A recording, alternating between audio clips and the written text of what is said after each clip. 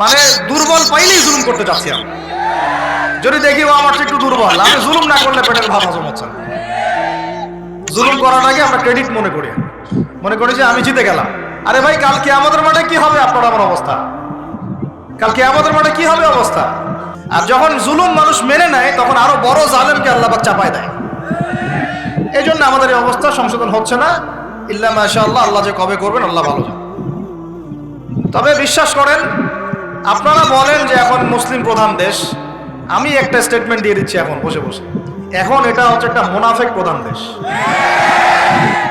প্রমাণ করতে চাইলে আমার সাথে বসেন। মুনাফিকের আলামত যে কয়টা আছে, কি এক নাম্বার কি? কথা বললেই মিথ্যার উপর দাঁড়ায় আছেন সবগুলা। 2 নাম্বার, আমানত রাখলেই খেয়ানতের উপর খেয়ানত। মানে কিছু কিছু বড় বড় জায়গায় এমন কিছু মানুষকে বসায় দেওয়া হয়েছে যাদের মনে হয় ইসলামের নাম শুনলেই ভিতরে মানে তেলে বেগুনে জ্বলে ওঠে একেবারে। ইসলাম শব্দটা শুনলেই গায়ে জ্বালা শুরু হয় একেবারে। তো বেশি দিন নাই ইনশাআল্লাহ, হয় আল্লাহর গজবে এগুলো ধ্বংস হবে, অথবা ইনশাআল্লাহ তাআলা আবাবিল পাখি তো আর আসবে না পাথর ছুটতে। আবাবিল তো পাখির নাম না, আবাবিল মানে তো ঝাঁকে ঝাঁকে। মানে এটা তো ওই আবরাহার বাচ্চা আবরাহার যুগ না যে আবাবিল আসবে আর পাথর ফেলবে। আসবে, পাথর ফেলার প্রজন্ম তৈরি হবে ইনশাআল্লাহ। মূল সমস্যাই হচ্ছে করাপশন, দুর্নীতি, মূল সমস্যাই। এটা যদি না থাকতো সারা বিশ্বে বাংলাদেশকে টক্কর দেওয়ার মতো কান্ট্রি খুব কমই থাকতো। কে না জানে এগুলা? সবাই জানে। আর আমরা মেনেও নিয়েছি এগুলা ভাই, চুপচাপ মনে মনে মেনে নিয়েছি যে ওইখানে গেলে এত দেওয়া লাগবে, ওইখানে এত না দিলে আমার এটা হবে না, ওইখানে এটা দিতে হবে, ওইখানে এটা করতে হবে। আমরা মেনেও নিয়েছি মাশাআল্লাহ। মনে করেন আমি একজন ইমাম সাহেব, আমি যদি আমার দায়িত্বে পালন ঠিক মতো না করে আমিও খেয়ানতকারী। এই যে লেকচার দিতে বসছি, এখন আমি যদি চিন্তা করি যে ডাইনে বামে কথা বলে সময় পার করে দেই, হক কথা বলার দরকার নাই, বললে আবার এটা সেইটা, আমি হচ্ছে এখানে এই চেয়ারের খেয়ানতকারী। প্রত্যেকটা ক্ষেত্রে চলতেছে এগুলা। 3 নাম্বার হচ্ছে যখনই ওয়াদা করে কি করে বলেন তো? কয়জন ওয়াদা রাখি আমরা? কোন কোন সময় দেখা যায় অমুসলিম ওয়াদা রাখছে, মুসলমান রাখে নাই।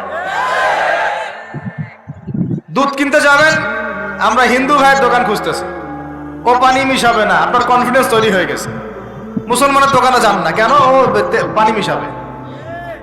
কি একটা অবস্থা, কি একটা অবস্থা! নবী সাল্লাল্লাহু আলাইহি ওয়াসাল্লাম একদিন এভাবে লেকচার দিচ্ছেন, মানে খুতবা দিচ্ছেন। একজন দাঁড়িয়ে বলছেন, সাহাবী, যে কবে কিয়ামত হবে ইয়া রাসূলুল্লাহ?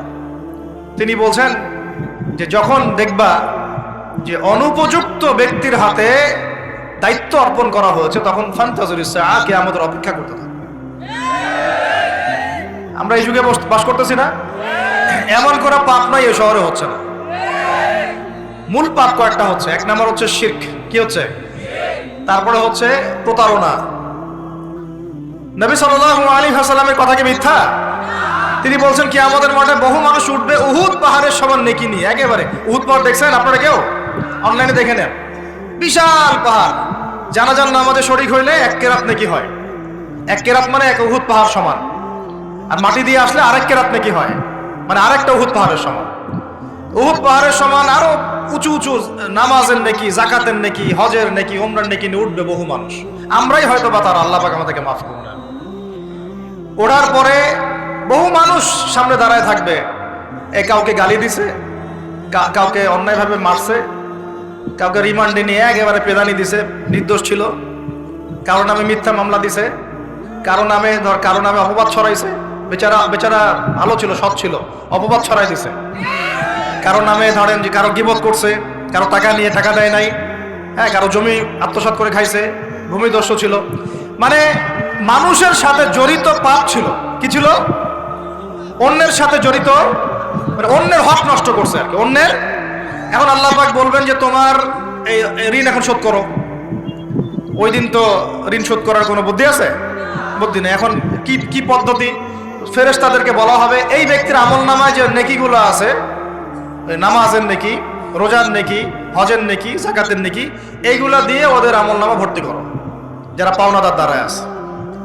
এই ভর্তি করতে করতে করতে করতে এক সময় দেখা যাবে এই ব্যক্তির আমলনামা ফাঁকা হয়ে যাবে। তখন কি হবে? ফেরেশতাদেরকে বলা হবে ওই যে যারা ভুক্তভোগী ওদের আমলনামা থেকে গোনাহ নিয়ে এই ব্যক্তির আমলনামায় ঢাল। নাউজুবিল্লাহ। এরপরে ওই ব্যক্তিগুলো দেখা যাবে জান্নাতে চলে গেছে, মাজলুম ছিল পৃথিবীতে, ওই দিন সফল হয়ে গেছে, জান্নাতে চলে গেছে। এবারটা দুনিয়া জালেম ছিল, এই জাহান্নামে চলে গেছে। নাউজুবিল্লাহ। আল্লাহ পাক আমাদেরকে এরকম মানুষের হক নষ্ট করা থেকে হেফাজত করে না। ভাই মানুষের হক নষ্ট করতে যায় না। নিজে আমল তো এমনিই কম, ভাঙাচোরা ঈমান, মুনাফিকের মতো বসবাস করতেছি। এখন তো আমরা মুনাফিকের মতো বসবাস করতেছি এই দুনিয়াতে। এখন যারা আমার মনে হয় মন থেকে ঈমানের দাবি করতে পারে শক্তভাবে যে হ্যাঁ আমরা ঈমানদার, এরা হচ্ছে গাজ্জার ওই মুজাহিদ ভাইরা। বুঝেন না এই কথা? তারা মনে হয় দাবি করতে পারে যে হ্যাঁ আমরা ঈমানদার। আমরা তো নেফাকির উপরে আছি, এখন আমরা তো স্বীকৃতি দিতে পারতেছি না, সত্যকে স্বীকৃতিও দিতে পারি না। বরং আমরা মানচিত্র থেকে ফিলিস্তিনের মানচিত্র উঠাই দিলাম, দিয়ে যারা জালেম ওদেরটা প্রতিষ্ঠা করলাম। ওইটাও পাঠ্যপুস্তকে আসছে। আপনারা তো শুধু একটাই শুনে বসে আছেন, একটাই শুনে আসেন না আপনারা। শরীফ শরীফা তো আছেই, এইটার একটা ইস্যু ছিল। আল্লাহ পাক আমাদেরকে চোখ খুলুন, আল্লাহ পাক আমাদের চোখ খোলার তৌফিক দান করেন। আর ভাই বাইরের চোখ তো সবারই খোলা,